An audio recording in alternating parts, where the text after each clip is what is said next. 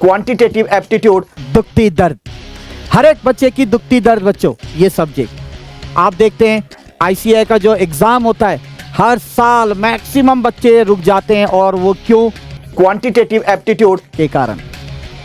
कई बच्चे घबराए हुए थे कि सर स्ट्रैटेजी क्या होनी चाहिए, हमें समझ में नहीं आ रहा है, कैसे तैयारी करें, कौन सा टॉपिक पहले स्टार्ट करें, है ना, कौन कौन से चैप्टर छोड़ने हैं।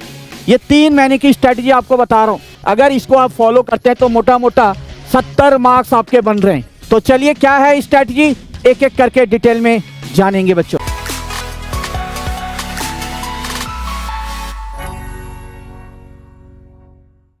आपने क्या करना है, 3 टारगेट में सेट करना है, target 1, target 2 and target 3। Target 1 में आपने क्या करना है बच्चों, टारगेट 1 में आपने कंप्लीट करना है अपना लॉजिकल रीजनिंग पोर्शन। कम से कम 10 से 15 दिन, अगर आप स्टार्टिंग से भी करते हो तो भी 10 से 15 दिन के अंदर आप लॉजिकल रीजनिंग कंप्लीट कर सकते हैं, है कि नहीं है? इतना वास्ट नहीं है, कुछ थोड़े से जेन्युइन चीजें हैं जो आपको पता होनी होती है और आप आसानी से इस पेपर को निकाल सकते हैं। 4 आपके चैप्टर्स कवर होते हैं इसके अंदर। एक है पहला नंबर सीरीज, दूसरा है डायरेक्शन टेस्ट, तीसरा है ब्लड रिलेशन और चौथा है सीटिंग अरेंजमेंट। हर एक चैप्टर आपका 5 नंबर कैरी करता है, ठीक है? तो ये तैयारी आप आसानी से कर सकते हैं। 10 से 15 दिन आप दीजिए, इसमें रिवीजन करना है इसके साथ साथ आपने, ठीक है? इसके साथ साथ एक बार इन चीजों को रिवाइज भी करना है, इसलिए मैंने 10 से 15 दिन दिए हैं, ठीक है? ये पोर्शन जैसे ही आपका कंप्लीट हो जाता है आप आ जाइए स्टैट में। टारगेट नंबर 2, तो यहां स्टैट का अगर आपने देखा, मैंने कहा इक्वल वेटेज है, 5 5 5 20 नंबर। ये आपको लगेगा अब कि हाँ भाई अब कॉन्फिडेंस बिल्ड हो रहा है, कम से कम 20 नंबर का तो कर लिया, अब मुझे ज्यादा फाइट नहीं करनी पड़ेगी, अब हार्डली मुझे और 20 से 30 अगर नंबर मैं टारगेट लेके चलता हूं तो मैं पेपर निकाल लूंगा। अब आपने आना है target number 2। What is this target number 2? अब आपने स्टैटिस्टिक्स को टाइम देना है बच्चों, 30 डेज इज एनफ। अब 30 डेज के अंदर सारे चैप्टर्स तो देखो कंप्लीट नहीं होंगे, बट जो चैप्टर बताने जाने वाला हूं वो चैप्टर सबसे ज्यादा वेटेज रखते हैं, वो चैप्टर आप कर लो तो आप आसानी से स्टैट पोर्शन में भी अच्छे मार्क्स गेन कर सकते हैं।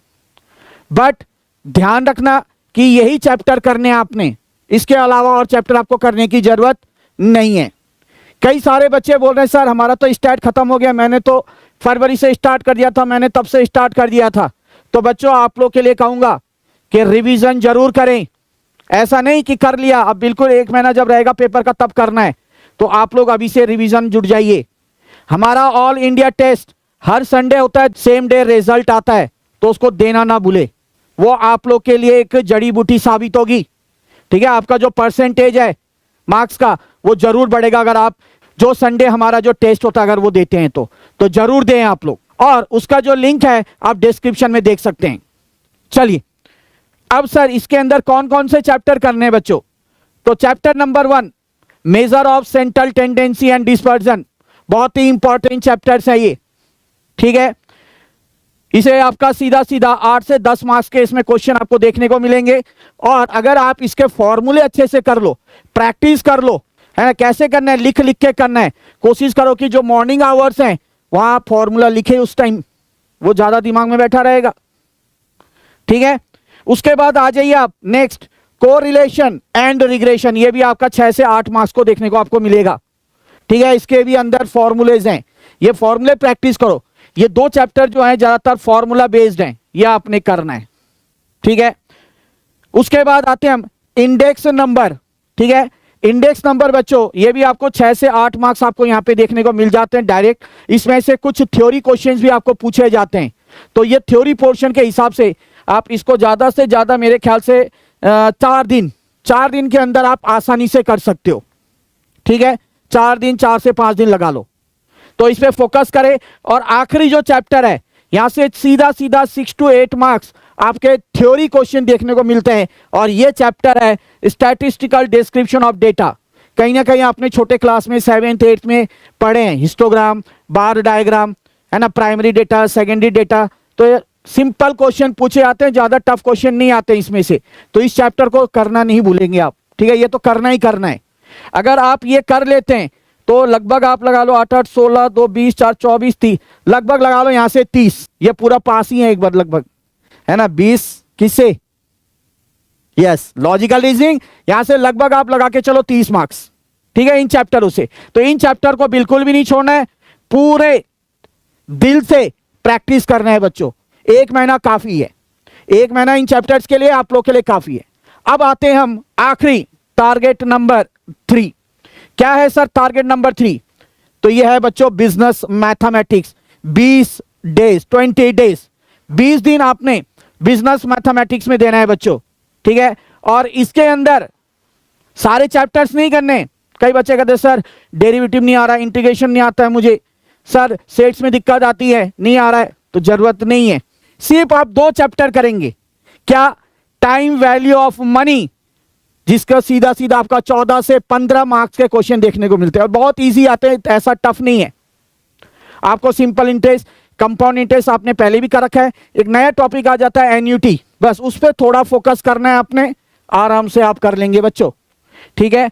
और दूसरा आ गया आपका ratio, proportion, indices and logarithm. यहां से सीधा सीधा डायरेक्ट आपको 5 से 6 मार्क्स देखने को मिलते हैं, ठीक है। बहुत ही आसान चैप्टर है, तो इनमें 20 दिन काफी है। अगर आप इसमें लगा लो 8 दिन दे देते हो और टाइम वैल्यू ऑफ मनी में 12 दिन अगर लगा देते हो टाइम, तो आप आसानी से ये चैप्टर भी कवर कर लेंगे, दोनों आसानी से, ठीक है बच्चों।